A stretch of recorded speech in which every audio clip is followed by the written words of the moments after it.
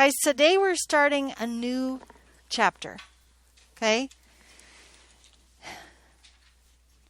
What chapter did we just finish? What did we just finish talking about? Exponential functions, right? So we said something like what? What did we do in exponential functions? We worked with this equation.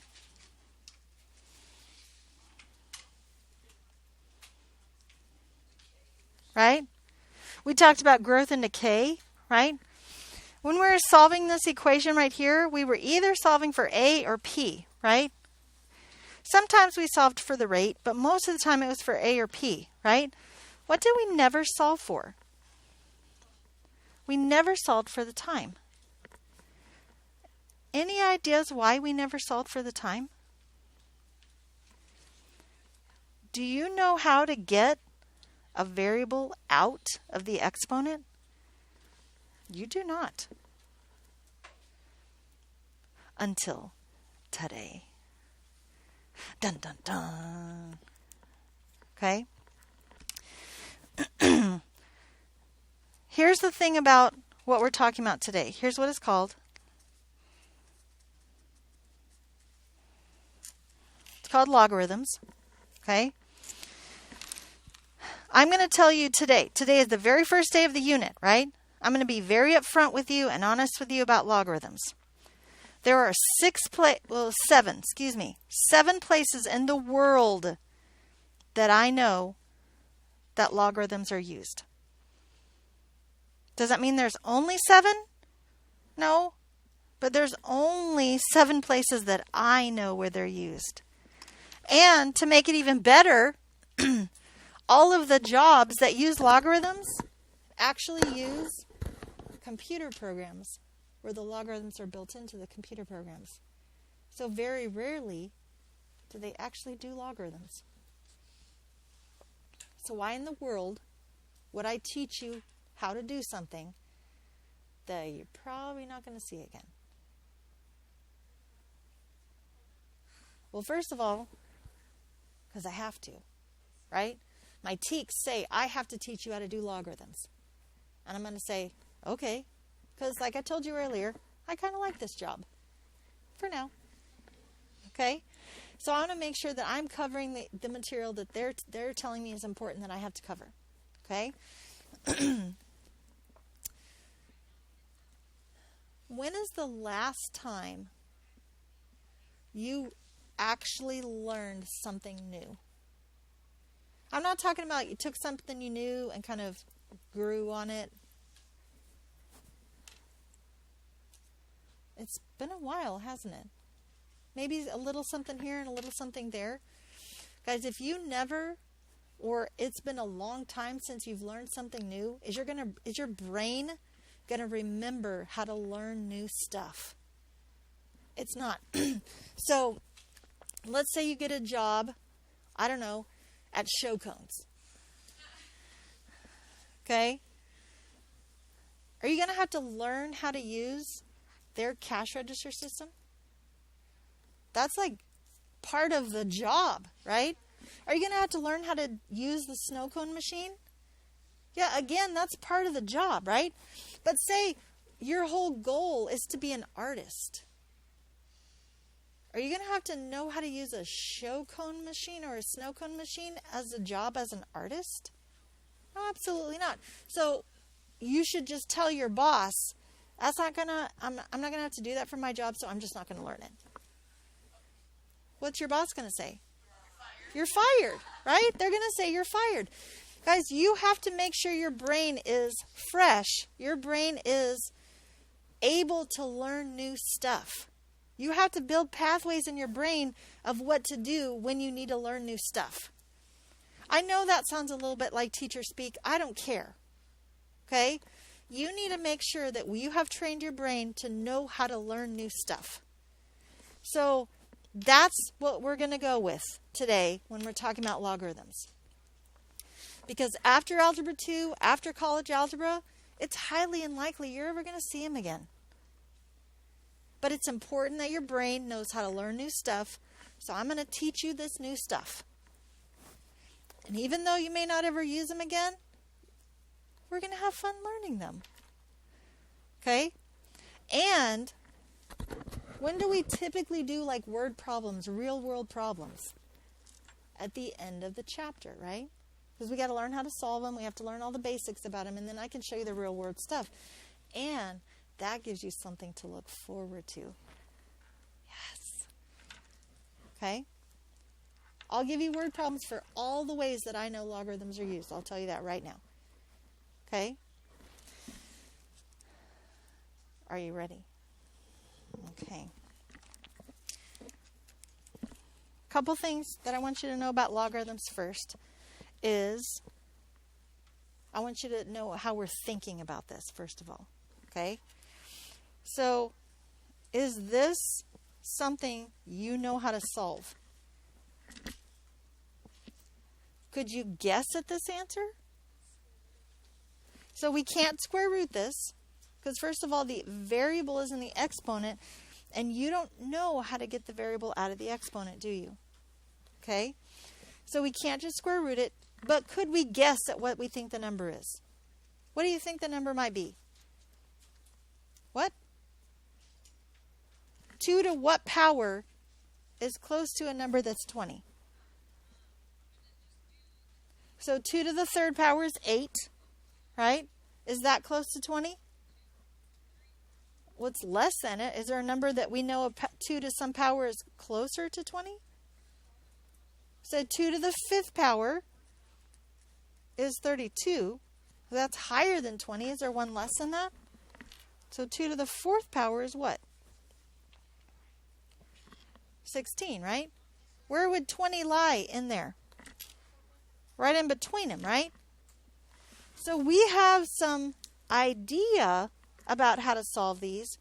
We don't know the process. Okay? So if you look at your worksheet real quick, let's talk about this for a second. Right here, we're given the graph of what 2 to the x looks like. So it asks us for what value of x is the value of the function equal to 20. That's kind of exactly what we were just talking about, isn't it? Okay? So in other words, what exponent can you use on a base of 2 to get an answer of 20? Or, like I just wrote for you, solve this equation. Well, like I said, we don't know how to do that yet. Notice that 3-letter important word, yes? Yet. We can approximate the solution in several different ways, though. Okay? What's your favorite way usually to approximate a solution? Let's guess. You guys love to guess. Well, we've already said that 2 to the fourth is 16 and 2 to the fifth is 32, right? So we know it's got to be in between there somewhere. But guys, specifically, this asks us to round to the nearest tenth. Or to approximate to the nearest tenth. How would we go about doing that? We could put it in the calculator, right? We have a calculator at our disposal. So we could say, what do you want to try? 4 raised to what power? What do you want to try first? 4.5. So, or you mean 2? I don't know why I put 4. 2 raised to the 4.5? Okay, 4.5. So 2 raised to the 4.5 is 22.63. Is that close? You think we can get closer? Now, you guessed 4.5 first. Would anybody have guessed something different first? Well, would 4.3 make more sense than 4.5? It would. Because looking at 16 and 32, which one of these is 20 closer to? It's closer to 16, so it would make more sense for us to choose a number closer to 4 than we do closer to 5, right? But you call that 4.5, and I wanted to value that answer, so I wrote it down. But now we've had that conversation, where maybe should we have started? 4.3? So 2 raised to the 4.3 is what? 19.698. Well, that's lower than 20, right?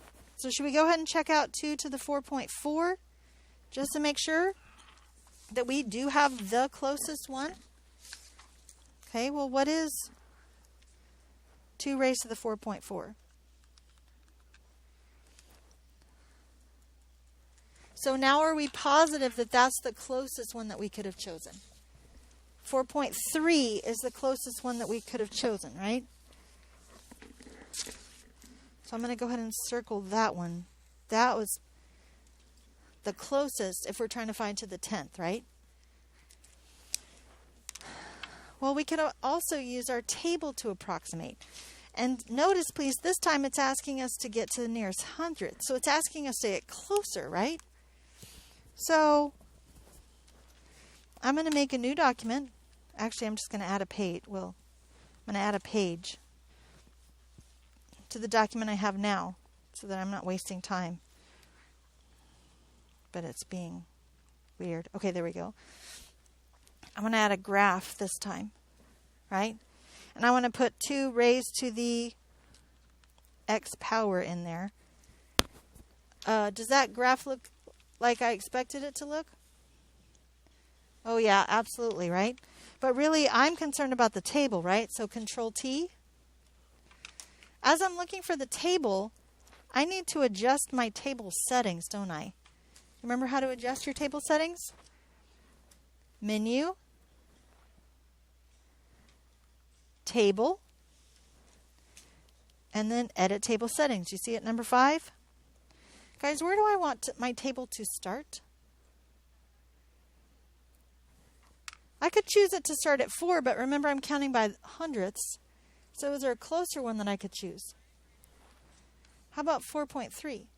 Okay, so if I started at 4.3, how do I want it to count? 0.01, that's exactly right. 0.01, because I want it to count by hundredths, because that's what I'm trying to focus on, right? So let's look at the table. I'm going to write down the table that I see. XY. I see 4.3, which is 19.698, which I knew already. I see 4.31, which is 19.853. I see 4.32, which is 19.973. I see 4.33, which is 20.112. And I see 4.34, which is 20.252. So in this table, which is the best approximation of 20? 4.32 is the closest to 20, right? So I'm getting closer to an answer, but is that my answer? No, because that's still a rounded number, because that doesn't say 20, does it? Okay. So I could just look at the graph. I'm going to make my table go away, so Control T. And I'm going to add something to this graph. I'm going to hit Tab, and I'm going to add a second equation that just says 20. Why would I do that? Yeah, because if I go to my menu and change my window settings, and I change my Y max to be like 25, then I can see that line at 20. And if I'm trying to figure out when 2 to the x power equals 20, what am I looking for? The intersection. So I can do Menu, Analyze Graph, Intersection. And that should tell me the exact answer, right? Left bound, right bound. That didn't really help me, did it? Because here's what my graph looks like. Here's my x-axis, my y-axis and my x-axis. And here's my 2 to the x graph. And here's my 20. And it tells me this point is 4.32, 20. But I already know that 4.32 is 19.973, so that didn't help me at all. So my question then is, wouldn't it be nice if there was an easier way? So we didn't have to graph or use a table or guess. Would you like to know that way? Well, I would like to teach it to you. Is there a way to solve this algebraically? What do you think the answer is? Yes. Here's the thing though. If we're adding 4 to an equation, how would we solve for n? Yeah, we'd subtract 4 from both sides, so n would equal a minus 4. And we got there by subtracting 4, right? If 3n equals a, how would I go about solving for n? I'm multiplying by 3 right now, so to solve for n, I would divide by 3. So n equaled a over 3. How did we undo multiplication? We divided by 3, right? What's happening here? Again, we're going to try to solve for n, right? What's happening to n? It's being squared. How do we undo a squared? Yep. So n is actually equal to the square root of a. How did we undo? We square rooted it.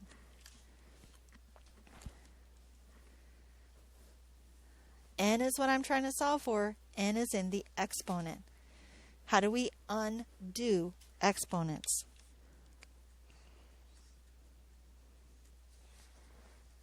This is not something you know. This is logarithms. Here's what it looks like. Log base 2 of a. The way to undo exponents is to use logarithms. Look, I even typed it in here for you right now so you would know how to spell it, even though it's also at the top of the page. I was trying to give you a helpful hint. Yes? See this blank space down here? We're about to write something in it. Okay? Because I need you to make a connection real quick. Adding is some kind of operation of subtracting. Multiplying and dividing have the same relationship. Squaring and square rooting have the same relationship. And now I'm telling you exponents and logarithms have the same relationship. What kind of relationship is that? It's not opposites. Opposites in math implies the signs.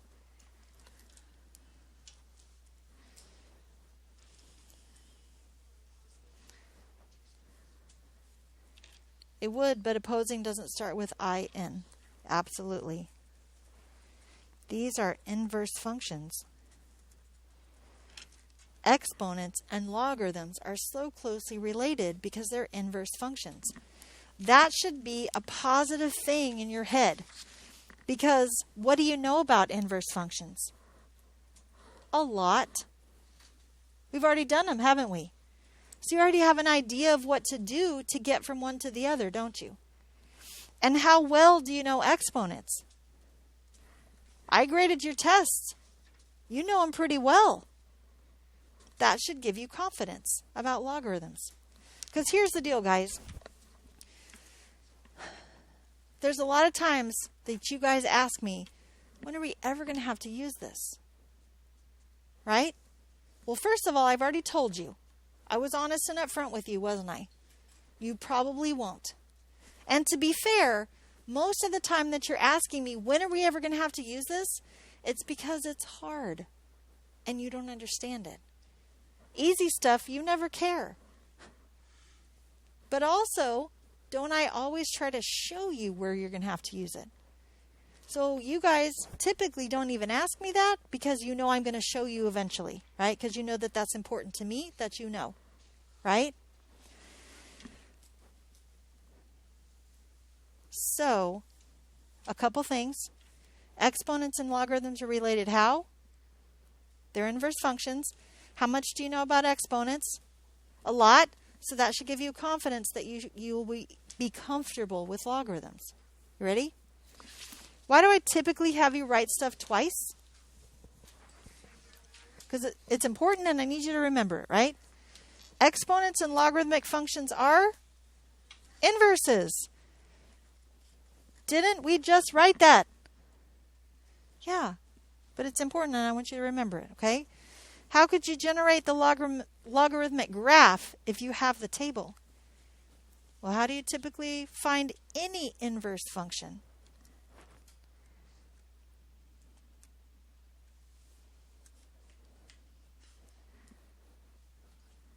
Switch what?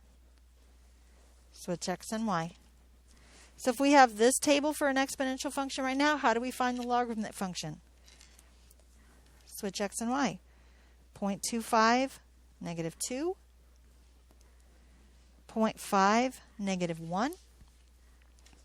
1, 0. 2, 1. 4, 2. And 8, 3. So let's graph this onto this graph. Plot these points onto this graph. So 0.25, negative 2. 0.5, negative 1. 1, 0. 2, 1. 4, 2. And 8, 3. Since I know this is a function, because it's written this way, can I connect my dots? Yeah?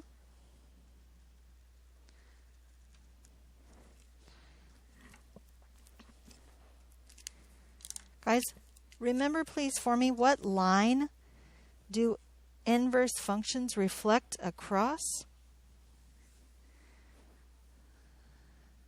What did I just do with the x and y? I switched them, so I made them equal. If I fold my paper right now along the line y equals x, what's going to happen with these two functions? They're right on top of each other, aren't they? Okay? Any questions?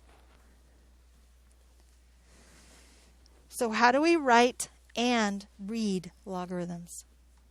What do the symbols look like? Well, here's the definition of a logarithm.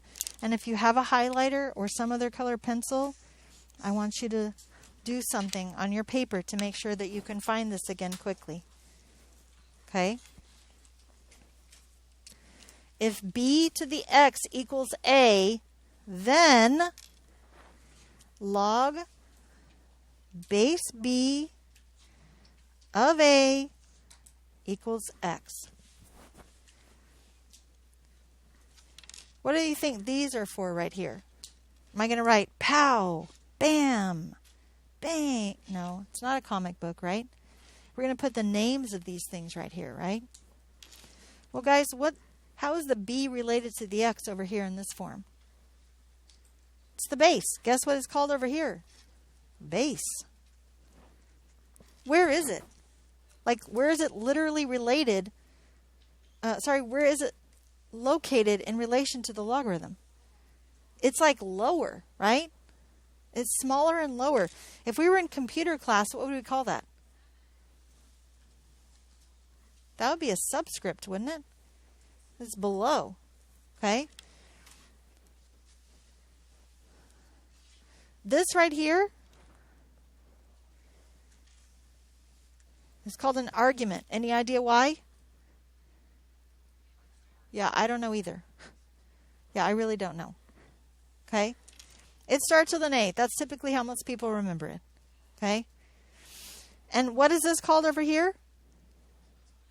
And for some reason, it's still called an exponent over here, even though it's not an exponent. Okay? So how do you read this? There is not one way to read this. There's two that I know of. There's one way that I will almost always read it because it's the way I was taught, but it is not the only way. Do you understand that? Log base b of a equals x. That's how we read it. Log base b of a equals x. There was a teacher who used to teach here that she always read it log of A base B equals x. But can't you tell that we were saying the same thing? I just went left to right. But she said the log of A. She said the argument first before referring to the base equals x. Guys, they're both right. Okay? When I say it, I'm going to say it this way because, like I said, that's how I was taught. But it is not the only way. Are we clear on that? Okay. Why do we use logarithms? What did we talk about over here? Why do we use logarithms? Where is the variable in the exponent? We use logarithms to get the variable out of the exponent.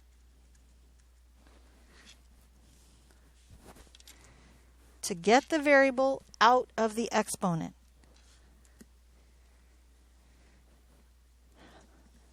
So today, all I need us to be able to do is go back and forth from exponential to logarithm, from logarithmic to exponential. Do you think you can handle that? Look at problem number A.